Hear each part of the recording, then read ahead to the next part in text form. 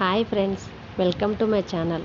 Daily serial updates కోసం please మన ఛానల్ని లైక్ చేయండి.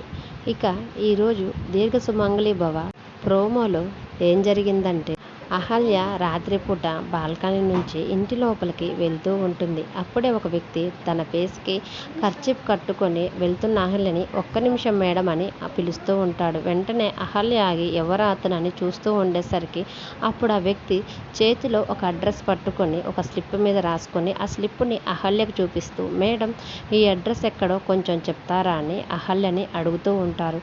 అప్పుడు అహల్య ఆ స్లిప్ తీసుకొని అడ్రస్ చూస్తూనే ఆ వ్యక్తిని అబ్జర్వ్ చేస్తూ ఉంటుంది. అలా అహల్య ఆ వ్యక్తిని గమనిస్తూ ఉండేసరికి ఆ వ్యక్తి తన ఫేస్ మీద ఉన్న కర్చీఫ్ని ఒక్కసారిగా తీసివేస్తాడు. అది చూసి అహల్య ఒక్కసారిగా షాక్ అవుతుంది. అది ఎవరో కాదు, బెనర్జీనే.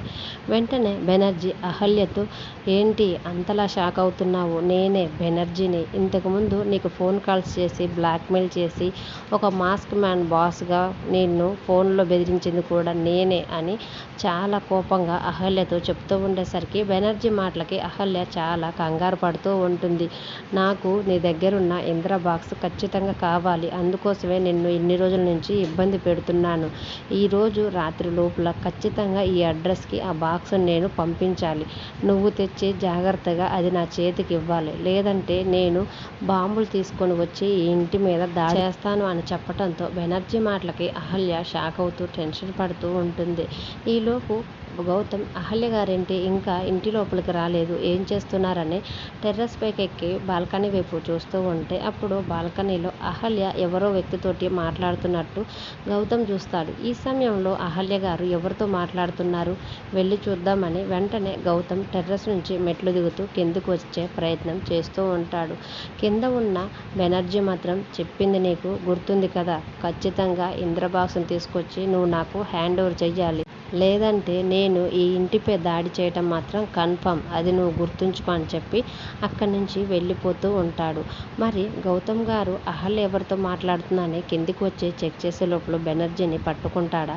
గౌతమ్ గారు వచ్చి మీరా జాస్మిన్, అదే మన అహల్యని అడిగినప్పుడు అహల్య మాస్క్ మానే బెనర్జీ ఇంద్రగారు బాక్స్ తనకి ఇవ్వాలని నన్ను బ్లాక్మెయిల్ చేస్తున్నాడని అహల్య జరిగినదంతా కూడా గౌతమ్కి చెప్తుందా?